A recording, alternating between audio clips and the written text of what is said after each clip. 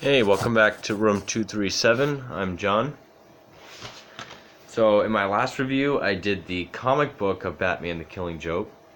So, today I'm going to do the animated film, Batman the Killing Joke. And I honestly did not think this was going to be a rant when I first saw it. This was the first Batman animated film that came out that I had already been reading comics, so I was really stoked about this. I saw the trailers and I was like, oh my god, it literally looks like they took it from the comic and put it on the screen. The animation, everything that happens was amazingly done. Then I saw the movie. Well, first I was reading some reviews, and I know Rotten Tomatoes isn't like be all end all if a movie's good or not, but they said it had like a 50%, and everybody bitched about the beginning, the first half hour. So then I saw it. Oh, and also, this was the first one to get an R rating. That was another thing. This is the first Batman movie to get an R rating. It's so intense. It barely deserves its R. It's rated R for some bloody images and disturbing content. Disturbing content, I'll give it. But bloody images, this could have been a hard PG-13. I think what DC did was some kid's going to get a hold of it, or some parent's going to buy it, they're going to see what's on it, and they're going to flip the fuck out. So save our asses and just give it an R rating. Doesn't really deserve it. Anyway, so usually a DC animated film is between 70 and 80 minutes. The comic is not that long. There's not enough to work with to make it that length, so they had to add some shit. But instead of adding to the story, which they learned from this because Gotham by Gaslight is even shorter, and that movie's awesome. So's the book.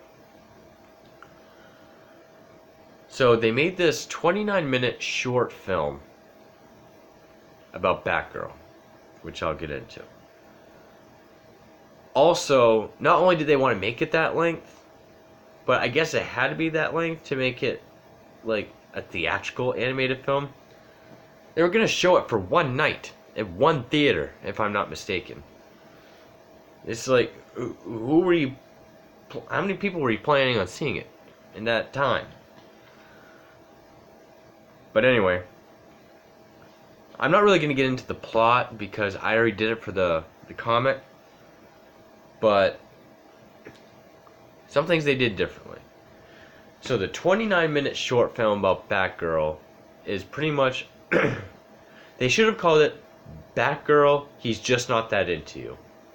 Or Batgirl, Hot for Teacher. Because all it is it's Barbara Gordon as Batgirl, obviously. And she's trying to prove herself to Batman. She's trying to show that, she can handle tasks, she can take care of herself, she can handle her own in a fight. Batman is not having any of it. And also, there's like this crime boss who's like this young, handsome dude, or that's how they portray him. Kind of like a playboy, but if he was also the nephew of a mob boss, but he's also a psycho. Batgirl has a run-in with him, then he has the hots for her, like in like a psychotic way. He starts toying with her. Batman realizes he's dangerous, tells her to back off. Then she just starts acting like a Robin. You don't trust me. I thought we were equal on this, and Batman even says we're partners, but we're not equal. So she just starts going behind his back and going out and doing all this stuff. And and he even says, he talks about the abyss. It's hard for me not to kill people, because I look at the abyss every day, and if I cross it, I'll never come back from it. So that's why, he says that because she goes out Batman thinks it's thrill seeking for her, because it is. And she also has the hots for him because she works in a library, or she frequents a library. And her best friend is like this flamboyant stereotype of a gay guy. He's always like, hey girlfriend, and she's talking about this guy. But when she's explaining it to the guy, she can't say Batman, so she says a yoga instructor. And he keeps on saying, like, come on girl, give me the deets on this guy, your yoga instructor. So she's explaining, like, they're dating. But, you know, because that's what it is. She wants to be with Batman. So she's describing her friend, like, their status, but saying it's a yoga instructor. And it's just like, are we... And also the gay guy is there for, you know, like, comic relief. She's like, oh my god, it's a fucking romantic comedy. They're really turning The Killing Joke into a fucking romantic comedy. Okay. Anyway, so eventually, things between Batgirl and Batman come to a head. They get into this big argument, they start fighting, and then she just makes out with him. Then she takes her top off, camera pans up to a statue. You know they fucked on a rooftop. So many things are wrong with that. I hate that scene. I hate it. It's not hot or sexy. It doesn't drive the... It's supposed to drive the plot, but for me it doesn't because I hate it. Batman... There's even stories where he has sex with Catwoman on rooftops. And even that doesn't make sense. Because Batman would never let himself become that exposed while he's on the clock, I guess. But it's just... And then after that, he gives her the cold shoulder for a few days. Just like in some chick flick. She starts talking to her gay friends, like, she's been giving me the cold shoulder, it's like, hump 'em and dump 'em. She didn't say that, but... So then, you know, they talk over the phone as Batman and Batgirl. Batman's still investigating the guy that... The criminal that likes Batgirl. Batgirl goes anyway, and he taunts her so much that she beats him to a pulp and almost kills him. Gets a glimpse into that abyss that Batman spoke about, and then she quits. And that's the end of her story. And it's like 29 minutes. Like, you just adapted one of the biggest and most revered comics in Batman's history. I understand that you want to leave the source material as alone as possible, to not do things that fans might hate. But coming up with just this original prologue was so stupid. I know I'm talking with my eyes closed like a smug person, but I'm just... Every time I think about this, I'm just in awe that they did that.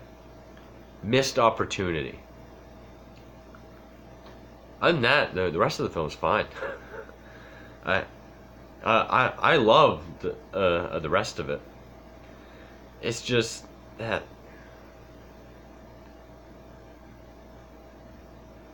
opening is just... And I read an interview, I don't know if it's Bruce Timm. I like to think Bruce Timm wouldn't do this. Because, you know, the pedestal that people... I'm not going to get into that. I was going to make another Grant Morrison reference, but I'm not going to. Yeah, I really like Bruce Timm. I think he's done a lot.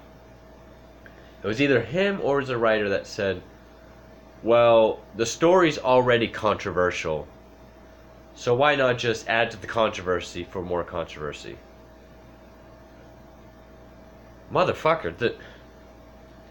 It's controversial because of the subject matter. Usually when people make something wanting to be controversial, people don't find it shocking, controversially. People just hate it. They think it's stupid. You could have gone the psychological thriller route. You could have made Joker be like this Hannibal Lecter mindfuck with Gordon. You could have gone into some really dark places with this. But no. You had to make Batgirl hot for teacher. He's just not that into you. Obviously they learned their lesson because I think it was the next Batman movie. Maybe not the next DC film, but the next Batman film was Gotham by Gaslight. And that's an even shorter story. And the things they added pertained to the story. Granted, they do add stuff for the Killing Joke part. Like when Batman's going around the town with Joker's wanted poster trying to find out where he is. They add those scenes.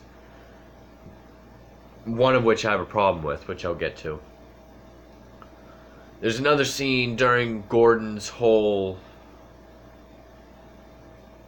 while he's on the ride and Joker's taunting him. There's a part where he comes to this room that looks like a shitty courtroom. Joker's wearing a powdered wig, and all his circus freaks is like the jury. And Joker starts talking about this guy who you keep letting out to keep doing the same horrible things again and again and again. What would you do if you finally had your way with this person? You think he's supposed to be talking about himself, the Joker. So Gordon says, I would throw the book at him. So then everyone chants, throw the book, throw the book. Joker makes him, he tosses him, it's either a Bible or a law book. I can't remember which, I think it's the Bible. He throws the book, and then this wooden cutout of Batman comes up and gets hit by it. So, he's saying, Batman does all this harm. He lets all this stuff happen because he's around, yet you trust him like a friend. I thought that was a little interesting. But actually, I'll say that for later. One thing is, in the comic, a lot of people thought that the Joker might have raped Barbara when he undressed her and took pictures. Now, I like to think of the Joker as asexual. He's not burdened by attraction or need for sex. He's too intelligent and crazy to worry about sex. There are some stories where rape is implied, or even Brian Azzarello's Joker, where he just flat out rapes a guy's wife to prove a point.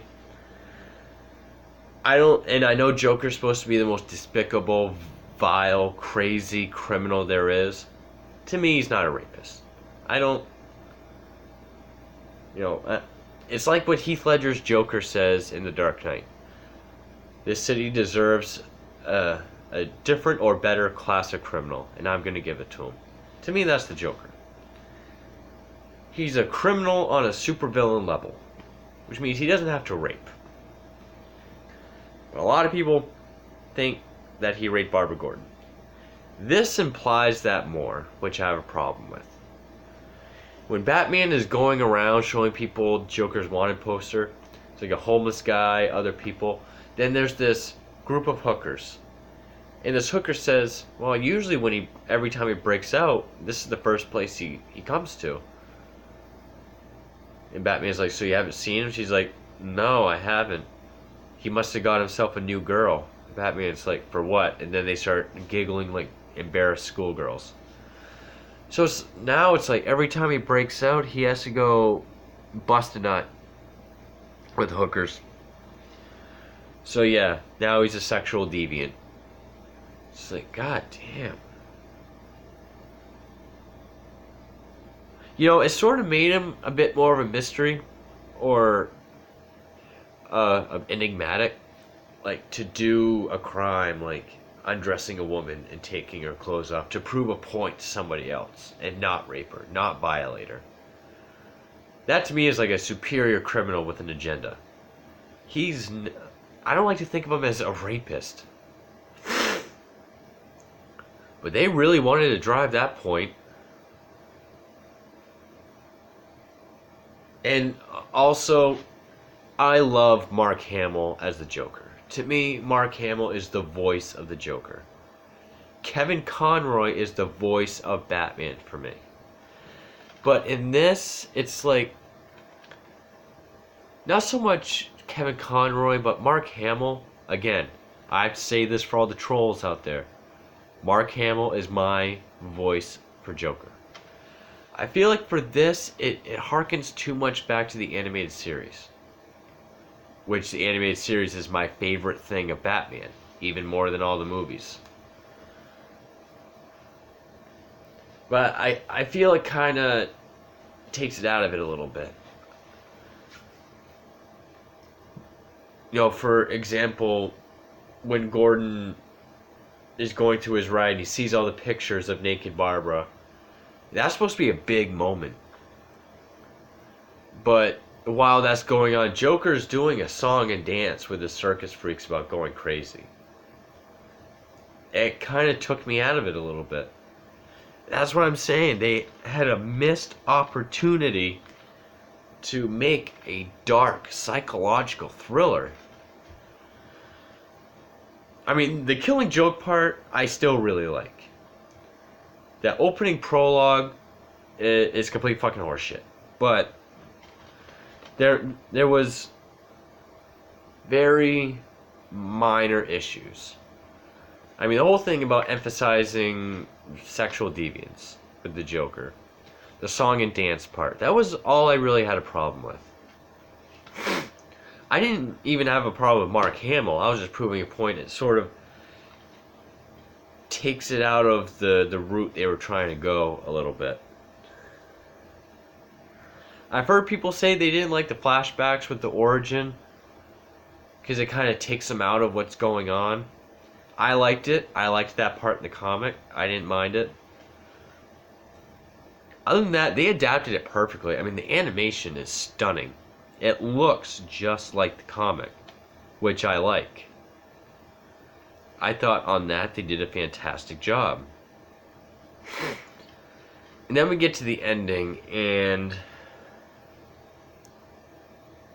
the ending, they must have known that people think Grant Morrison is a god. And they love everything the guy writes and says. I like Grant Morrison. I like the stuff he's written. I just don't think he's a god like everyone else does. Yeah, but how dare you say that? I know everything about Batman. I created the multiverse. So it must be a god. No, Grant. But because at the end, when Joker tells his joke, and him and Batman, like, Batman has his hand on Joker's shoulders as he's keeling over laughing. And when the camera pans down to the puddle, we hear just Batman laughing, not Joker. And then the film ends. So it's almost like they went with that theory that Batman killed Joker. So, I mean, well, written by Brian Azzarello, I forgot that. There's all your sexual deviants, Brian Azzarello, and how Batman must have killed Joker. Oh, however gritty and dark we can make it.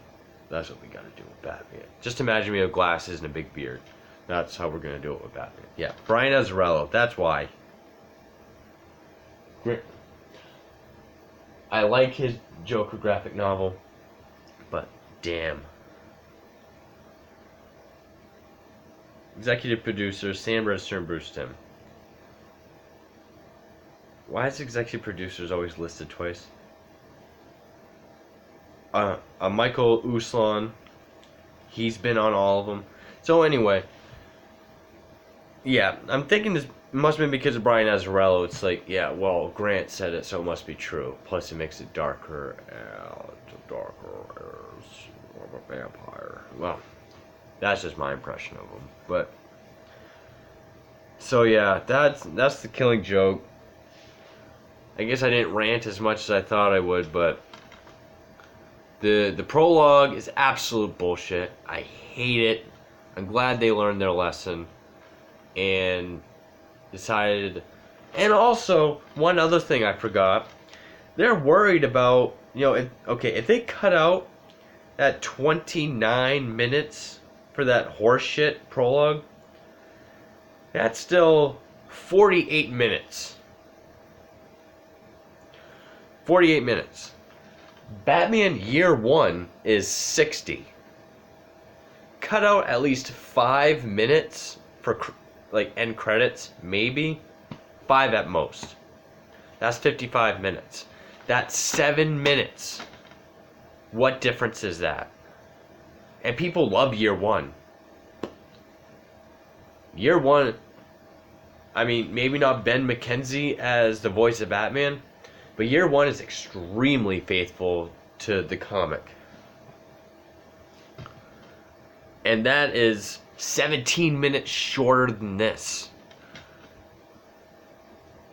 Even if this is only a 45-minute movie, enough people like it enough that if there's going to be an animated film, they're going to fucking see it. I have no idea. I don't know. I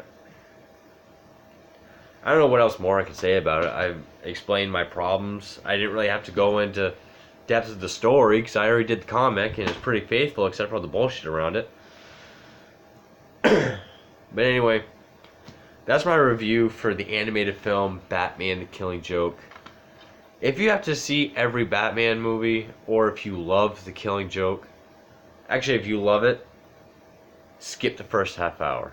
Do yourself a favor. Unless you're like a masochistic fan, or you have to see everything. If you can cut out that half hour, then yeah, maybe you only have a couple problems. It's going to happen with any kind of adaptation. A couple problems here and there. None of them are perfect. But, yeah. Some of it's a missed opportunity. But, I mean, I don't hate the movie itself. I don't hate the Killing Joke. I hate Batgirl. I don't even hate the Batgirl character. I just hate the Batgirl I'm just going over the same shit now. Anyway, that's my ranting review on Batman the Killing Joke. From Room 237 Reviews, I'm John. Thank you.